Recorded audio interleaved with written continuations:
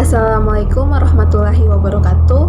Perkenalkan, nama saya Lastri Lestari Sari dengan NIM A1H124043 sebagai salah satu mahasiswa jurusan Pendidikan Guru Pendidikan Anak Usia Dini, Fakultas Keguruan dan Ilmu Pendidikan Universitas Halu Oleo.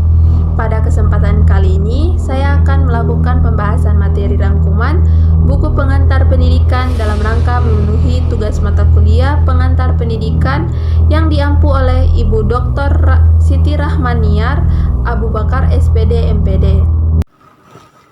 Baik, pada materi pertama, bab 1, hakikat manusia dan pengembangannya. Sifat hakikat manusia memiliki arti bahwa kemampuan atau karakteristik yang membedakan manusia dengan makhluk lainnya.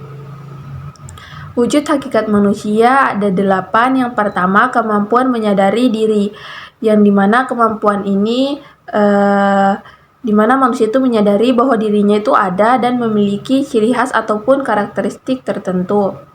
Yang kedua, kemampuan bereksistensi, di mana manusia memiliki kemampuan bereksistensi atau berada atau mengada, yang dimana kemampuan ini dilandasi dengan kita yang ada sekarang karena adanya masa lalu dan masa sekarang akan menjadi masa lalu pada masa depan. Selanjutnya, kepemilikan kata hati, di mana kata hati sering disebut juga hati nurani, lubuk hati, suara hati, dan pelita hati, dan lain sebagainya, yang merupakan kemampuan pada diri manusia untuk memberikan penerangan tentang baik buruknya perbuatan sebagai manusia. Selanjutnya, moral. Moral ini sering disebut dengan etika, perilaku, ataupun tingkah laku. Moral sendiri, moral itu pada moral dengan kata hati yang tajam itu benar-benar baik bagi manusia sebagai manusia, yang merupakan moral yang baik ya, atau moral yang memiliki tinggi luhurnya. Sedangkan perbuatan yang tidak sinkron dengan kata hati disebut tidak bermoral. Selanjutnya, tanggung jawab. Tanggung jawab itu kesediaan menanggung segenap akibat dari perbuatan yang menuntut jawab, yang merupakan pertanda dari sikap bertanggung jawab. Selanjutnya, rasa kebebasan. Rasa kebebasan atau merdeka artinya bebas, namun tidak bertentangan dengan kodrat atau tuntutan kodrat manusia. Selanjutnya, kewajiban dan hak, di mana kewajiban adalah sesuatu hal yang harus kita penuhi dan hak adalah sesuatu hal yang pantas kita dapatkan. Maka dari itu, kewajiban dan hak adalah 2 macam gejala yang timbul secara manifestasi dari manusia sebagai makhluk sosial. Dengan adanya hak, maka ada kewajiban yang harus dipenuhi. Selanjutnya, kemampuan menghayati kebahagiaan, yang dimana bahagia yang dimaksud ini bukan secara faktual. Yang dimaksud dengan kebahagiaan ini yaitu kesanggupan menghayati semua yang terjadi yang dirangkai dalam 3 ikatan hal, yaitu usaha, norma-norma, dan takdir. Selanjutnya, dimensi hakikat manusia. Dimensi hakikat manusia terbagi menjadi 4. Yang pertama, dimensi keindividualan, di mana dimensi ini diartikan sebagai individu atau seorang yang tidak dapat dibagi keutuhannya. Selanjutnya, dimensi kesosialan, di mana manusia dikaruniai potensi sosial untuk berkomunikasi, yang pada hakikatnya manusia itu merupakan makhluk sosial. Selanjutnya, dimensi kesusilaan, di mana susila ini berhubungan erat dengan nilai-nilai yang pada hakikatnya memiliki kemampuan untuk mengambil keputusan susila, yang dimana manusia itu sebagai makhluk susila yang memiliki nilai-nilai yang menghayati dan melaksanakan nilai-nilai tersebut dalam perbuatannya. Yang keempat, nilai keberagaman. Pada hakikatnya manusia itu makhluk yang religius. Sebelum mengenal agama, mereka itu percaya akan kekuatan supranatural yang menguasai alam semesta, yang dapat saya berikan contoh, yaitu kayak seumpama mereka ingin sesuatu atau meminta sesuatu dari kekuatan-kekuatan tersebut, maka dilakukan berbagai macam upacara seperti penyediaan sesajen atau pemberian korban. Selanjutnya, pengembangan hakikat manusia. Pengembangan ini dibagi menjadi dua, yaitu pengembangan yang utuh dan pengembangan yang tidak utuh.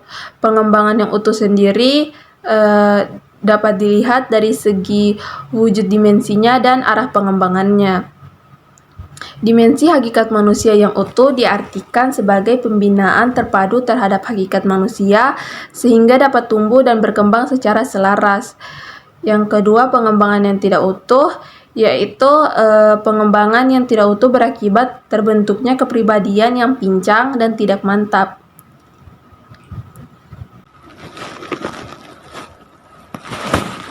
Baik, selanjutnya saya akan menjelaskan bab 2, pengertian dan unsur-unsur pendidikan. Yang pertama, pengertian pendidikan. Pengertian pendidikan ini dibagi menjadi 4. Yang pertama, pendidikan sebagai transformasi budaya, di mana sebagai transformasi budaya atau pewarisan budaya dari satu generasi ke generasi lainnya. Yang kedua, pendidikan sebagai proses pembentukan pribadi, yang dimana pendidikan dapat diartikan sebagai suatu kegiatan yang sistematis dan sistemik atau terarah kepada terbentuknya kepribadian peserta didik. Selanjutnya, yang ketiga, pendidikan sebagai proses penyiapan warga negara, di mana pendidikan ini sebagai penyiapan warga negara yang diartikan sebagai suatu kegiatan yang terencana untuk membekali peserta didik agar menjadi warga negara yang baik. Selanjutnya, yang terakhir, yang keempat, pendidikan itu sebagai penyiapan tenaga kerja, yang dimana pendidikan sebagai penyiapan tenaga kerja artinya sebagai kegiatan membimbing peserta didik sehingga memiliki bekal dasar untuk bekerja. Selanjutnya, unsur-unsur pendidikan.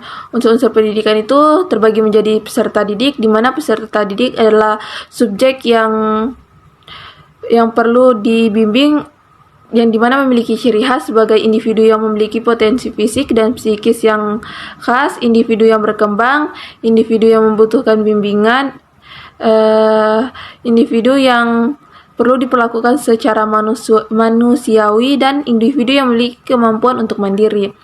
Yang kedua, pendidik. Pendidik adalah orang yang bertanggung jawab untuk melaksanakan pendidikan dengan sasaran peserta didik. Selanjutnya, interaksi edukatif antara peserta didik dengan pendidik, di mana interaksi ini pada dasarnya adalah komunikasi timbal balik antara peserta didik dengan pendidik yang secara terarah agar dengan tujuan pendidikan pencapaian tujuan pendidikan secara optimal ditempuh melalui proses komunikasi yang intensif dengan kemampuan memanipulasi isi metode-metode serta alat-alat pendidikan. Selanjutnya, materi atau isi pendidikan, di mana materi telah diramu dalam kurikulum yang disajikan sebagai sarana pencapaian tujuan. Materi ini meliputi materi inti maupun materi lokal. Materi inti itu bersifat nasional yang mengandung misi pengendalian dan persatuan suatu bangsa, sedangkan muatan lokal adalah misi pengembangan kebinekaan atau kekayaan budaya sesuai dengan kondisi lingkungan. Yang kelima, konteks yang dapat mempengaruhi pendidikan. Konteks yang dapat mempengaruhi pendidikan itu yang pertama, alat dan metode, yang dimana segala sesuatu yang dilakukan ataupun diadakan dengan sengaja itu untuk membentuk merupakan satu tujuan pendidikan. Baik, slide selanjutnya, pendidikan nasional. Pendidikan nasional adalah pendidikan yang berakar pada kebudayaan bangsa Indonesia yang berdasarkan Pancasila serta Undang-Undang Dasar 1945 yang diarahkan untuk meningkatkan kecerdasan serta harkat dan martabat manusia. Untuk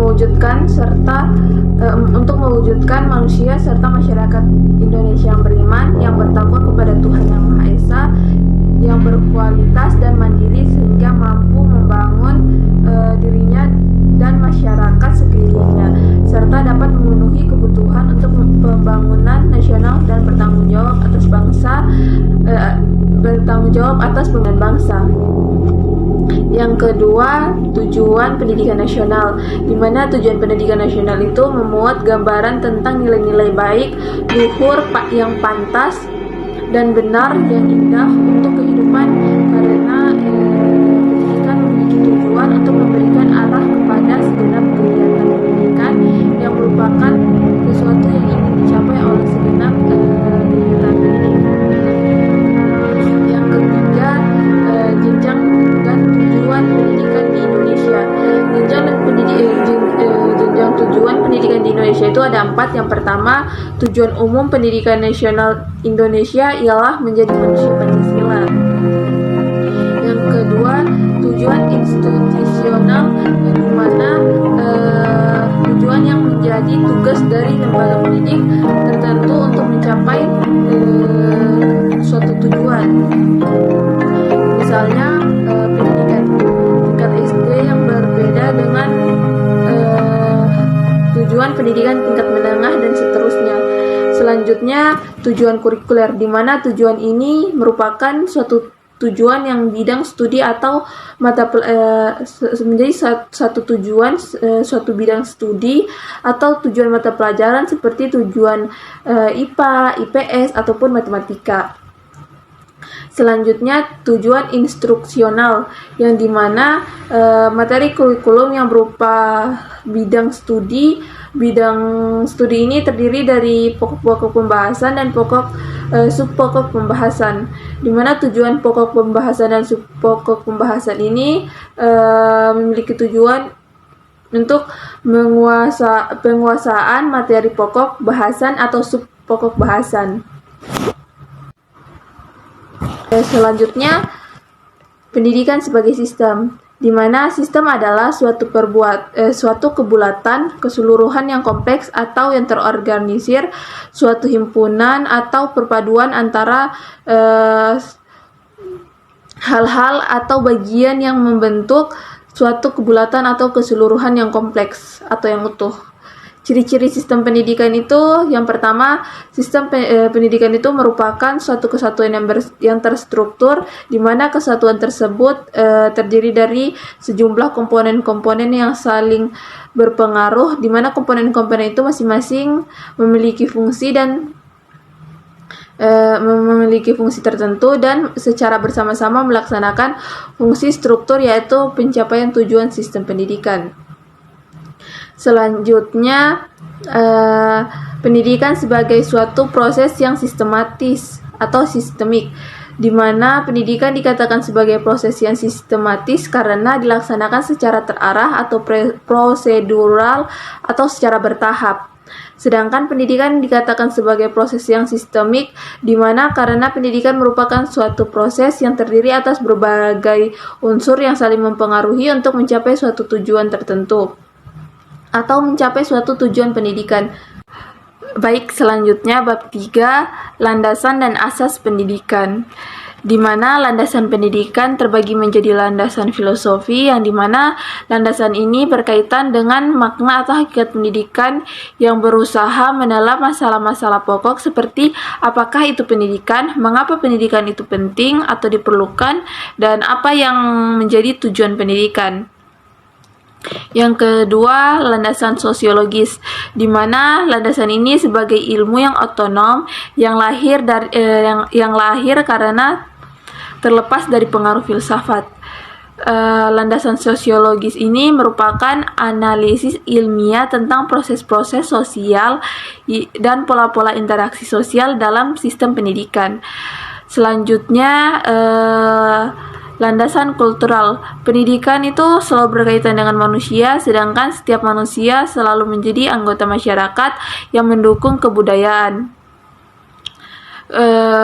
Kebudayaan itu sebagai satu gagasan atau karya manusia yang beserta hasil, di mana kebudayaan itu dapat dibentuk dan dilestarikan dan dikembangkan karena dan melalui pendidikan.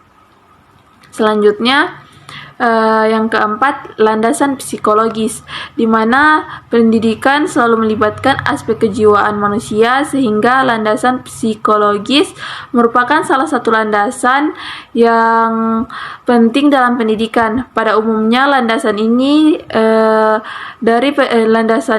terdiri dari di mana landasan ini itu bertujuan untuk memahami manusia, khususnya tentang proses dan perkembangan belajarnya.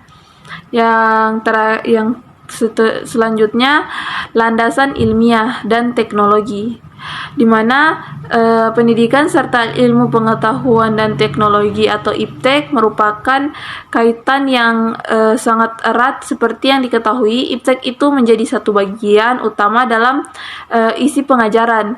Dengan kata lain, pendidikan berperan penting dalam pewarisan dan pengembangan IPTEK. Baik, selanjutnya ada 5 landasan pendidikan di Indonesia. Yang pertama, landasan filosofis, yang dimana landasan filosofis pendidikan di Indonesia adalah Pancasila dan Undang-Undang Dasar 1945. Yang kedua, landasan sosiologis pendidikan, yang pendidikan Indonesia dalam masyarakat Indonesia. Selanjutnya, landasan kultural pendidikan adalah kebudayaan nasional yang bersumber dari kebudayaan daerah. Yang keempat, landasan psikologis, di mana landasan ini merupakan perkembangan peserta didik. Yang terakhir, landasan ilmiah dan teknologis adalah ilmu pengetahuan teknologi dan seni itu sendiri. Baik, pada slide kedua, asas-asas pendidikan. Asas pendidikan itu terbagi menjadi asas Tuturi Handayani, di mana asas ini kini menjadi semboyan Depdikbud. Pada awalnya itu merupakan salah satu dari asas 1922, yakni 7 buah asas dari Perguruan Nasional Taman Siswa yang didirikan pada tanggal 3 Juli 1922. Selanjutnya, asas belajar sepanjang hayat, di mana asas belajar sepanjang hayat ini atau lifelong learning merupakan suatu pandangan dari sisi lain kehidupan atau pendidikan seumur hidup. Selanjutnya, asas kemandirian dalam belajar. Asas kemandirian dalam belajar itu yaitu perwujudan asas kemandirian dalam belajar dan menempatkan guru-guru yang berperan utama sebagai fasilitator dan motivator, di samping peran-peran yang lain seperti informator, organisator, dan sebagainya. Baik, langsung saja pada bab 4, perkiraan dan antisipasi masyarakat masa depan. Perkiraan masyarakat masa depan, yang pertama itu kecenderungan globalisasi, di mana globalisasi itu bermakna bumi sebagai suatu keutuhan yang seakan-akan tanpa batas administrasi negara dunia menjadi amat transparan serta saling kebergantungan antara bangsa di dunia. Yang pertama itu globalisasi sedang menerpa seluruh aspek penghidupan manusia, yang dimana dalam keseluruhan unsur kebudayaan dengan dampak yang berbeda-beda, kecuali dorongan globalisasi itu dilihat dari 4 bidang. Yang pertama, bidang iptek yang mengalami perkembangan dan semakin dipercepat. Yang kedua, bidang ekonomi yang mengarah ke ekonomi regional atau ekonomi global tanpa mengenal batas-batas negara. Selanjutnya, bidang lingkungan hidup yang telah menjadi bahan pembicaraan dalam berbagai pertemuan internasional yang mencapai puncak konferensi tingkat tinggi atau KTT Bumi atau nama resminya konferensi PBB mengenai lingkungan hidup dan pembangunan. Yang keempat, bidang pendidikan dalam kaitannya dan identitas bangsa termasuk budaya nasional dan budaya-budaya Nusantara. Selanjutnya, perkembangan iptek, yang dimana perkembangan ilmu pengetahuan dan teknologi atau iptek itu yang semakin cepat di era globalisasi merupakan salah satu ciri dari masyarakat masa depan. Pada perkembangan iptek pada abad ke-20 sangat mengesankan, utamanya di bidang transportasi, telekomunikasi, informatika, genetika, biologi molekul dan bioteknologi, serta sebagian terdapat serangkaian kegiatan pengembangan iptek dan pemanfaatannya seperti penelitian dasar, penelitian terapan, pengembangan teknologi, dan penerapan teknologi. Selanjutnya, perkembangan arus komunikasi yang semakin padat dan cepat dalam masyarakat modern. Salah satu perkembangan iptek yang luar biasa adalah yang berkaitan dengan informasi dan komunikasi, yang dimana utamanya satelit, komunikasi komputer, dan sebagainya.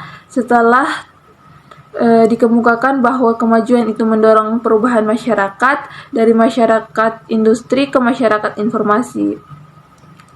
Ada beberapa contoh perkembangan iptek dalam arus komunikasi. Yang pertama, penggunaan satelit dalam perangkat komunikasi. Yang kedua, ketersediaan layanan internet.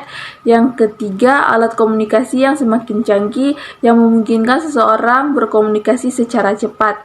Selanjutnya, peningkatan profesional atau meningkatnya kebutuhan layanan profesional dalam bidang kehidupan merupakan salah satu ciri penting dari masyarakat masa depan. Ada beberapa ciri profesi, yaitu mengutamakan pelayanan kemanusiaan yang ideal. Yang kedua, bidang ilmu yang menjadi landasan. Yang ketiga, terdapat suatu mekanisme saringan berdasarkan klarifikasi tertentu. Yang keempat, terdapat kode etik profesi yang mengatur keanggotaan serta tingkah laku setiap dan cara anggotanya. Yang kelima, terdapat organisasi profesi yang berfungsi menjaga dan meningkatkan layanan profesi untuk melindungi kepentingan serta kesejahteraan anggotanya. Selanjutnya, pemangku profesi, yang dimana yang memandang profesi sebagai suatu karir hidup yang menjadi satu anggota yang relatif permanen. Upaya dalam mengantisipasi masyarakat masa depan atau masa depan. Yang pertama, tuntutan bagi manusia masa depan yaitu kemampuan mengantisipasi perkembangan berdasarkan ilmu pengetahuan. Yang kedua, kemampuan dan sikap untuk mengerti dan mengatasi situasi. Yang ketiga, kemampuan mengakomodasi, utamanya perkembangan iptek serta perubahan yang diakibatkannya. Yang keempat, kemampuan berorientasi, utamanya kemampuan seleksi atau filter terhadap arus informasi yang membombardirnya. Selanjutnya, upaya pengantisipasian masa depan. Yang pertama itu perubahan nilai dan sikap menjadi salah satu pengaruh nilai yang akan tampak dalam sikap seseorang. Kalau niatnya masih bersifat umum, maka sikapnya itu selalu terkait dengan objek tertentu dan disertai dengan kecenderungan bertindak sesuai dengan sikap terhadap objek tersebut, seperti dampak positif atau negatifnya. Selanjutnya, pengembangan kebudayaan. Pengembangan kebudayaan ini merupakan salah satu upaya dalam mengantisipasi masyarakat masa depan, yang dimana upaya ini berkaitan dengan pengembangan kebudayaan dalam arti luas, termasuk hal-hal yang berkaitan dengan sarana kehidupan manusia yang mencangkup unsur-unsur dari sistem religi, kemasyarakatan, pengetahuan, bahasa, kesenian, mata pencaharian, dan sebagai sistem teknologi dan peralatan. Yang ketiga, pengembangan sarana pendidikan, di mana pendidikan merupakan salah satu pilar utama dalam mengantisipasi masyarakat masa depan, karena pendidikan itu direorientasikan pada penyiapan peserta didik untuk berperan di masa depan, di mana peserta didik itu berperan untuk mengembangkan sarana pendidikan sebagai salah satu persyaratan utama untuk menjemput masa depannya mereka. Saya melanjutkan pada bab 5, pengertian, fungsi, dan jenis-jenis lingkungan pendidikan, di mana fungsi pendidikan adalah membantu peserta didik dalam berinteraksi dengan berbagai lingkungan sekitarnya, secara fisik, sosial, budaya, atau utamanya berbagai sumber daya pendidikan yang tersedia dapat dicapai itu melalui tujuan pendidikan yang optimal. Selanjutnya, tripusat pendidikan. Tripusat pendidikan ini terbagi menjadi 3, yaitu keluarga, sekolah, dan masyarakat. Yang pertama itu keluarga, di mana keluarga itu sering juga disebut dengan pendidikan informal, yang dimana mereka itu merupakan pengelompokan primer yang terdiri dari sejumlah kecil orang karena hubungan sedarah. Keluarga itu terbentuk dari keluarga inti dan keluarga luas. Yang kedua, sekolah, di mana pendidikan sekolah atau pendidikan formal, di mana sekolah merupakan sarana yang sengaja dibuat atau dirancang untuk melaksanakan pendidikan serta melaksanakan pendidikan seperti yang telah dikemukakan bahwa pada kemajuan zaman keluarga tidak mungkin lagi memenuhi kebutuhan dan aspirasi generasi muda terhadap iptek. Selanjutnya, masyarakat, di mana masyarakat atau sering disebut dengan pendidikan non formal, kaitan antara masyarakat dan pendidikan adalah dapat ditinjau dari 3 segi, yaitu masyarakat sebagai penyelenggara pendidikan, yang kedua lembaga-lembaga kemasyarakatan atau kelompok sosial di masyarakat yang berfungsi sebagai edukatif, dan yang terakhir masyarakat tersedia berbagai sumber belajar yang baik yang dirancang maupun maupun dapat dimanfaatkan. Selanjutnya, slide kedua, pengaruh timbal balik tripusat pendidikan.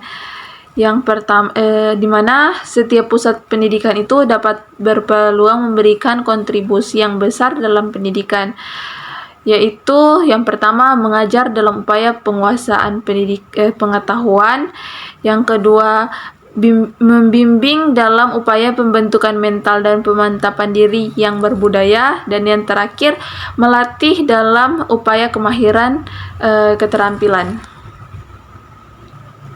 Selanjutnya bab 6, aliran-aliran pendidikan. Aliran-aliran pendidikan itu terbagi menjadi aliran empirisme, aliran nativisme, aliran naturalisme, dan aliran konvergensi. Di mana aliran empirisme itu yaitu stimulus eksternal dalam perkembangan manusia yang menyatakan bahwa perkembangan anak itu tergantung pada lingkungannya. Seperti yang dikatakan oleh John Locke, seorang filsuf Inggris yang mengembangkan teori tabula rasa, yakni anak lahir di dunia bagai kertas putih atau kertas yang bersih.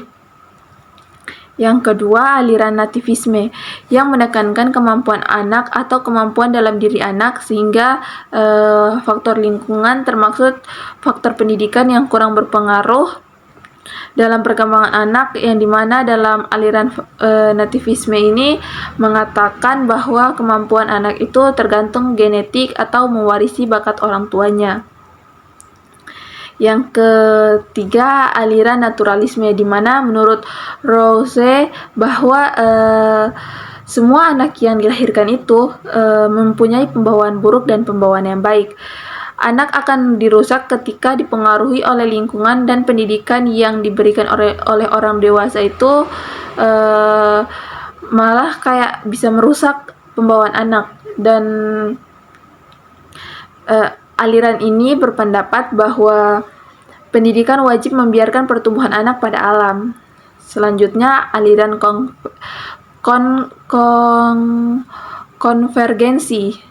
Perintis aliran ini adalah William Starlight, yang dimana seorang ahli pendidikan yang berbangsa Jerman,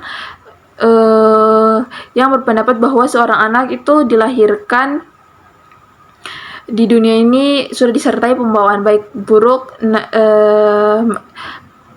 Penganut aliran ini berpendapat juga bahwa dalam proses perkembangan anak, baik faktor pembawaan maupun faktor lingkungan sama-sama mempunyai peranan yang sangat penting. Selanjutnya, pengaruh aliran klasik terhadap pemikiran dan praktek pendidikan di Indonesia. Aliran-aliran pendidikan yang klasik yang mulai dikenal di Indonesia merupakan upaya pendidikan utamanya prasekolah, di mana aliran klasik merupakan upaya pemeliharaan dan penerusan warisan budaya. Hal ini tercermin dari kurikulum pendidikan yang menekankan pentingnya mempelajari sejarah, bahasa, dan kesenian tradisional. Aliran klasik juga menekankan pentingnya pengetahuan dan kemampuan intelektual, serta memandang peran pendidikan sebagai sangat penting dalam proses pendidikan. Slide selanjutnya, gerakan baru pendidikan. Yang pertama, pengajaran alam sekitar, di mana gerakan ini mendekatkan anak dengan alam sekitarnya. Yang kedua, pengajaran pusat perhatian, yaitu anak-anak atau peserta didik harus dapat hidup dalam masyarakat untuk mempersiapkan pembentukan individu dan anggota masyarakat yang mempunyai pengetahuan terhadap diri, tentang hasrat dan cita-citanya, dan pengetahuan tentang dunianya atau lingkungan, serta tempat hidup di hari kedepannya. Yang ketiga, sekolah kerja, yaitu gerakan sekolah kerja yang dipandang sebagai titik kulminasi dari pandangan-pandangan yang mementingkan pendidikan keterampilan dalam pendidikan. Yang keempat, pendidikan proyek, yaitu dalam pengajaran proyek, anak bebas menentukan pilihannya terhadap proyek dalam merancang atau memimpikan proyek tersebut. Yang selanjutnya, pengaruh gerakan baru dalam pendidikan. Gerakan baru dalam pendidikan terutama berkaitan dengan kegiatan belajar mengajar di sekolah, namun dasar-dasar pendidikan itu terjangkau bagi semua segi pendidikan, mulai dari aspek konseptualnya maupun operasional. Selanjutnya, bab 7, permasalahan pendidikan. ada beberapa jenis permasalahan pokok pendidikan. Yang pertama, masalah pemerataan pendidikan, yang dimana masalah pemerataan pendidikan ini merupakan persoalan bagaimana sistem pendidikan dapat menyediakan kesempatan yang secara seluas-luasnya kepada seluruh warga negara untuk memperoleh pendidikan. Yang kedua, masalah mutu pendidikan, yaitu jika hasil pendidikan belum mencapai taraf yang seperti yang diharapkan, maka penerapan mutu pendidikan pertama kali dilakukan oleh lembaga penghasil sebagai produsen atau tenaga terhadap calon luaran yang dengan sistem sertifikasi. Selanjutnya, masalah efisiensi pendidikan, yang dimana masalah efisiensi pendidikan ini mempersoalkan bagaimana suatu sistem pendidikan menyederhanakan sumber daya yang ada untuk mencapai tujuan pendidikan. Selanjutnya, masalah relevansi pendidikan, di mana masalah relevansi pendidikan ini merupakan pendidikan mencakup sejauh mana sistem pendidikan dapat menghasilkan luaran yang sesuai dengan kebutuhan pembangunan, yaitu masalah-masalah yang seperti yang digambarkan dalam rumusan atau tujuan pendidikan nasional. Selanjutnya, faktor penyebab permasalahan pendidikan. Perkembangan yang pertama itu perkembangan iptek dan seni. Ilmu pengetahuan merupakan hasil eksplorasi sistem dan terorganisasi mengenai alam semesta dan teknologi. Dalam hal ini, penerapan yang terencana dari ilmu pengetahuan untuk memenuhi kebutuhan hidup masyarakat, sebagai contohnya betapa eratnya hubungan antara pendidikan dengan iptek. Selanjutnya, lajunya pertumbuhan penduduk, di mana dengan lajunya pertumbuhan penduduk ini dibarengi dengan meningkatnya usia rata-rata dan penurunan angka kematian mengakibatkan perubahan struktur kependudukan. Dengan demikian, terjadinya pergeseran permintaan akan fasilitas pendidikan, yaitu sekolah lanjut yang cenderung lebih meningkat dibanding permintaan akan fasilitas sekolah dasar. Selanjutnya, aspirasi masyarakat, yang dimana aspirasi masyarakat ini dalam banyak hal meningkatkan khususnya aspirasi terhadap pendidikan hidup yang sehat. Aspirasi ini terdapat pekerjaan, dan semua itu mempengaruhi peningkatan aspirasi dalam kehidupan atau dalam pendidikan. Selanjutnya, keterlatar belakangan budaya dan sarana kehidupan, di mana keterlatar belakangan budaya adalah suatu istilah yang diberikan oleh sekelompok orang atau masyarakat yang menganggap dirinya sudah maju. Adapun beberapa hal yang menyebabkan keterbelakangan budaya, yaitu letak geografis tempat tinggal suatu masyarakat yang terpencil. Yang kedua, penolakan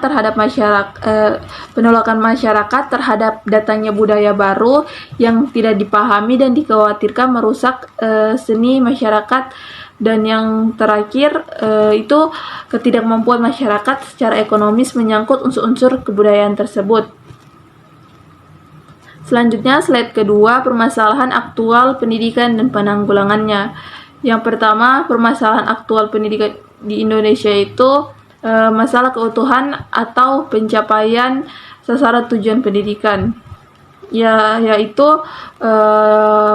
sebagai pengembangan manusia Indonesia yang seutuhnya, kemudian dipertegas lagi secara rinci di dalam GBHN butir 2 A dan B tentang arah dan tujuan pendidikan.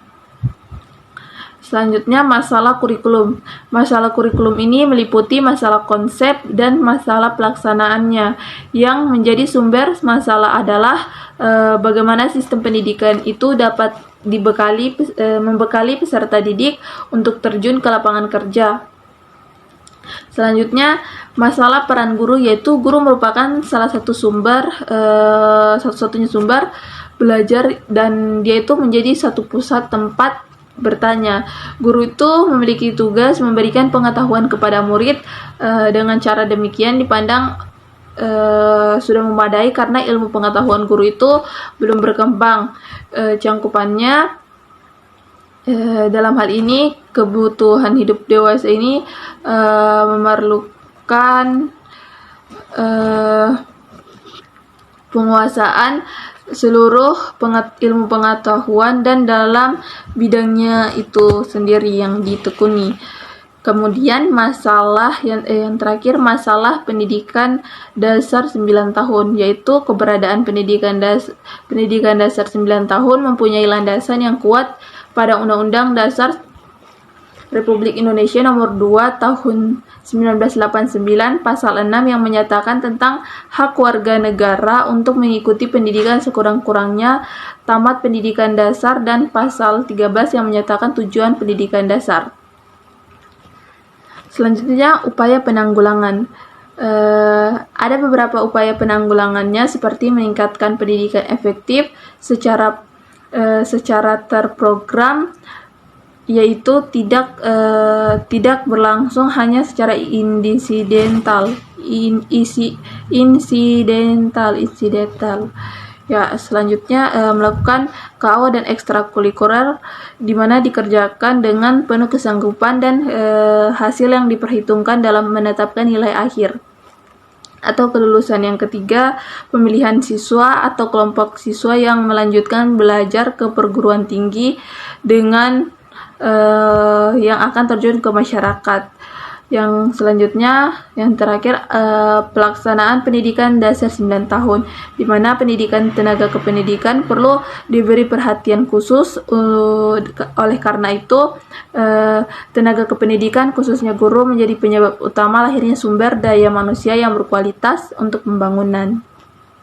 Bab 8, Sistem Pendidikan Nasional atau Sidiknas, di mana sistem pendidikan nasional ini merupakan kelembagaan program dan pengelolaan pendidikan, di mana kelembagaan pendidikan itu dibagi menjadi dua, yaitu jalur pendidikan penyelenggaraan. Sidiknas itu dilaksanakan melalui dua jalur, yaitu jalur pendidikan sekolah dan jalur pendidikan luar sekolah atau sering disebut dengan PLS. Selanjutnya, yang kedua itu jenjang pendidikan, di mana jenjang pendidikan itu adalah suatu tahapan dalam pendidikan berkelanjutan yang ditetapkan berdasarkan tingkat perkembangan peserta didik dan serta keterluasan dan kedalaman dalam pengajaran. Jenjang pendidikan itu sendiri dibagi menjadi tiga. Yang pertama, jenjang pendidik. Yang ketiga, jenjang pendidikan tinggi. Yang kedua, program dan pengelolaan pendidikan. Yang pertama, jenis program pendidikan itu program pendidikan yang termasuk jalur pendidikan sekolah atas, pendidikan umum, di mana pendidikan yang mengutamakan perluasan pengetahuan dan keterampilan seperti SD, SMP, SMA, dan universitas. Pendidikan yang mempersiapkan peserta didik dalam pekerjaan atau di masa depan itu mereka dapat bekerja seperti STM, SMTK, SMIK, dan SMEA. Ada juga pendidikan luar biasa, yang dimana pendidikan ini merupakan pendidikan khusus yang diselenggarakan untuk peserta didik penyandang kelainan fisik, mental, contohnya SDLB, Sekolah Dasar Luar Biasa, Sekolah Guru Pendidikan Luar Biasa yang setara dengan Diploma 3. Ada juga pendidikan kedinasan, di mana pendidikan kedinasan itu merupakan pendidikan khusus yang diselenggarakan untuk meningkatkan kemampuan pelaksanaan tugas kedinasan sebagai pegawai atau calon pegawai departemen pemerintahan. Selanjutnya, pendidikan keagamaan, di mana pendidikan ini khusus mempersiapkan peserta didik untuk mendapatkan pelaksanaan peranan dalam menuntut penguasaan pengetahuan, khususnya pengetahuan tentang ajaran agama. Contohnya itu pendidikan Contohnya itu seperti sekolah teologi di Institut Agama Islam Negeri atau IAIN dan Institut Hindu Dharma. Lanjut, kurikulum pendidikan, di mana kurikulum pendidikan ini memberikan bekal pengetahuan, sikap, keterampilan kepada peserta didik, di mana kurikulum ini mengandung dua aspek penting, yaitu aspek nasional yang memuat unsur-unsur penyatuan kebangsaan dan aspek lokal yang memuat unsur atau sifat-sifat kekhasan daerah. Selanjutnya, faktor penghambat dan penunjang pelaksanaan muatan lokal. Yang pertama itu faktor penghambat. Sifat dari yang ada beberapa, yaitu yang pertama dari faktor penghambat, sifat dari pembelajaran itu sendiri, sebagaimana yang kita ketahui, memberikan tekanan pada pembinaan tingkah laku afektif dan psikomotor. Yang kedua, segi ketenangan dan pelaksanaan. Yang ketiga, dari segi proses pengajaran dan pelaksanaan penggunaan pendekatan keterampilan. Selanjutnya, sistem ujian akhir dan ijazah yang diselenggarakan di sekolah-sekolah umum masih menciptakan iklim pengajaran yang memberikan tekanan lebih pada pelajaran akademik. Faktor penunjangnya yaitu adanya keinginan dari kebanyakan peserta didik untuk cepat memperoleh bekal kerja dan pekerjaan apapun yang membawa hasil. Yang kedua, materi yang dapat dijadikan sasaran belajar cukup banyak tersedia, baik macamnya maupun penyebarannya yang tidak semua daerah. Upaya pembangunan pendidikan nasional. Yang pertama, jenis upaya pembaruan pendidikan. Pembaruan landasan yuridis ialah pembaruan yang bertujuan pada landasan yuridis karena pembaruan tersebut berhubungan dengan hal-hal yang bersifat mendasar atau fundamental. Ada dua faktor, yaitu pengendalian yang menentukan arah pembaruan kurikulum yang sifatnya mempertahankan dan mengubah, termasuk landasan filosofis, yaitu falsafah bangsa Indonesia, yaitu Pancasila dan Undang-Undang Dasar. Dan landasan historis mencangkup unsur-unsur dari dahulu hingga sekarang. Selanjutnya, pembaruan pola masa studi pembaruan, yang dimana masa studi termasuk pendidikan yang meliputi jenjang dan jenis pendidikan. Selanjutnya, pembaruan kependidikan, yaitu tenaga kependidikan adalah tenaga yang bertugas menyelenggarakan kegiatan mengajar yang melatih, meneliti, mengembangkan, dan mengelola. Selanjutnya, dasar dan aspek legal pembangunan pendidikan nasional, yaitu seperti perluasan dan pemerataan kesempatan mengikuti pendidikan, peningkatan mutu pendidikan, peningkatan relevasi pendidikan, efisiensi dan efektivitas pendidikan, dan pengembangan kebudayaan serta pembinaan generasi muda. Selanjutnya, bab 9, pendidikan dan pembangunan, di mana dan persamaan pendidikan dan pembangunan, yang yaitu pendidikan itu adalah satu usaha dalam diri manusia yang menempatkan manusia sebagai titik awal untuk menghasilkan sumber daya manusia yang berkualitas, yang dimana bagi pembangunan yang pembangunan itu adalah usaha luar diri manusia yang umumnya diasosiasikan dengan adanya pembangunan bidang ekonomi, transportasi, komunikasi, dan sebagainya yang diarahkan untuk meningkatkan harkat dan martabat manusia. Selanjutnya, sumbangan pendidikan pada pembangunan. Sumbangan pendidikan terhadap pembangunan itu dapat dilihat dari berbagai segi, yaitu sasaran pendidikan, yang dimana pendidikan sebagai usaha sadar yang ditunjukkan kepada peserta didik agar menjadi manusia yang berkepribadian kuat dan utuh secara serta bermoral tinggi. Selanjutnya, segi lingkungan, di mana pendidikan memiliki peran penting dalam berbagai lingkungan atau sistem lingkungan pendidikan seperti lingkungan pendidikan keluarga, lingkungan pendidikan sekolah, ataupun lingkungan pendidikan masyarakat, serta sistem pendidikan prajabatan dan dalam jabatan. Selanjutnya, yang ketiga, segi jenjang pendidikan, yaitu terdiri dari jenjang pendidikan dasar, jenjang pendidikan menengah, dan jenjang pendidikan tinggi yang memberikan bekal kepada para peserta didik secara berkesinambungan.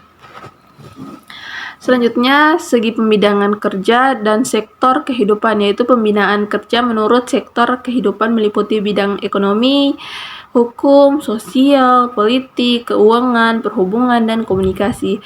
Ada juga pertanian, pertambangan, pertanahan, dan lain-lainnya. Selanjutnya, wujud pembangunan sistem pendidikan. Yang pertama itu aspek filosofis dan keilmuan, yang dimana aspek ini berupa penggarapan tujuan pendidikan nasional yang tentunya memberikan peluang bagi pengembangan sifat hakikat manusia yang bersifat kodrati, yang berarti pula bersifat wajar dari segi keilmuan. Aspek yuridis itu yaitu Undang-Undang Dasar sebagai landasan hukum dasar pendidikan dan sifatnya relatif tetap. Selanjutnya, aspek struktur, yang disebut aspek struktur itu yaitu pembangunan sistem pendidikan berperan pada upaya pembenahan struktur pendidikan yang mencakup jenjang dan jenis pendidikan. Terus aspek kurikulum, yaitu sarana pencapaian tujuan. Jika tujuan kurikulum berubah, maka jika tujuan kurikuler berubah, maka kurikulum berubah pula. Karena perubahan yang dimaksud itu mengenai materi orientasinya, pendekatannya, dan metodenya. Baik teman-teman, itulah penjelasan dari materi saya. Semoga dipahami dan dimengerti dan semoga bermanfaat. Terima kasih. Dah guys.